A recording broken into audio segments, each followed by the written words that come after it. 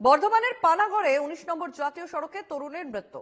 একদলের যুবকের বিরুদ্ধে কটূক্তি এবং রেষারেষির অভিযোগ। এখনো অধরা তরুণীর গাড়িতে ধাক্কা দেওয়া সাদা গাড়ির মালিক বাবলু যাদব।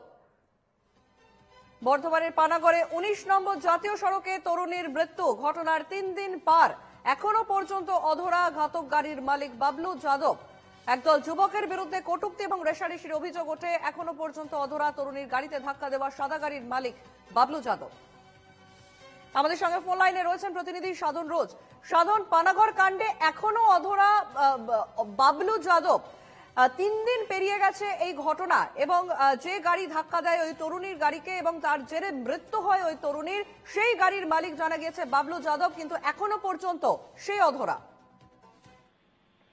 একেবারেই দেখো, রবিবার রাত্রেবেলায় পানাগড়ের যে কাণ্ড, সেখানে সুতন্দ্রা চট্টোপাধ্যায়ের যে গাড়ি, সেই গাড়ি জাতীয় সড়কের মধ্যে যে সাদা গাড়ি করে পাঁচজন যুবক কটূক্তি করছিলেন এবং বাজে ভাষায় মন্তব্য করছিলেন, তারপরেই কিন্তু এই ঘটনা। সেই বাবলু যাদব, অর্থাৎ সেই সাদা গাড়ির মালিক বাবলু যাদব, সে কিন্তু ৩ দিন হয়ে গেল, এখনো পর্যন্ত কিন্তু অধরা।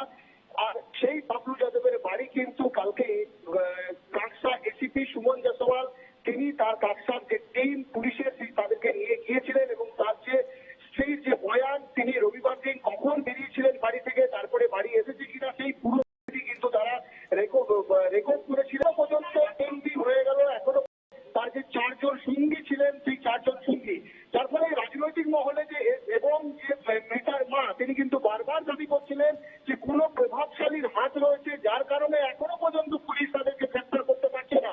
সঞ্চারী একবারে সাধন, এখানে এই যে বাবলু যাদব, তার কারখানায় পুলিশ যায়, সেখানে গিয়ে কর্মীদের সঙ্গে কথা বলা হয়। এতদিন ৩ দিন পেরিয়ে গেছে, এখনো পর্যন্ত পুলিশের তরফ থেকে কি জানা যাচ্ছে? বাবলু যাদব, তার সঙ্গে যে চারজন ছিল, তারা কোথায় আপাতত এই মুহূর্তে? কোনো ট্রেস পাওয়া যাচ্ছে না, কি জানাচ্ছে পুলিশ? একেবারে দেখো, যে বাবলু যাদবের যে গোডাউন এবং তার সঙ্গে যে বাড়ি, রাইস মিল গলি, পানাগড় বাজারে রাইস মিল গলিতে তার বাড়ি এবং গোডাউন, সেই যে গোডাউনে কালকে এনকেটিভি বাংলা গেছিল এবং তাদেরকে তার যে কর্মী তার প্রতিক্রিয়া দিয়েছেন, তার সঙ্গে আরো ৪ জন সহকর্মী রবিবার সন্ধ্যা ৭টা নাগাদ একই সঙ্গে এই সাদা গাড়ি করেই তারা বেরিয়েছিলেন এবং তার যে ৪ জন সঙ্গী ছিলেন, তারা কিন্তু সেখানে বাইক রেখে তারা গিয়েছিলেন এবং মধ্যরাত্রিবেলায় তারা এই পর্যায়ে কিন্তু সাদা গাড়িটি এবং তার যে গোডাউন, তার যে লোহার কারবার, যে স্ক্র্যাপের কারবার, সেই লোহার গোডাউন কিন্তু তারা পুরো খতিয়ে দেখেন পুলিশ, এবং পুলিশ যেটা আশ্বাস দিচ্ছেন, সমস্ত সিসিটিভি ফুটেজ এবং লোকেশন তারা সবকিছু খতিয়ে দেখে এই বাবলু যাদবকে গ্রেফতার করবে।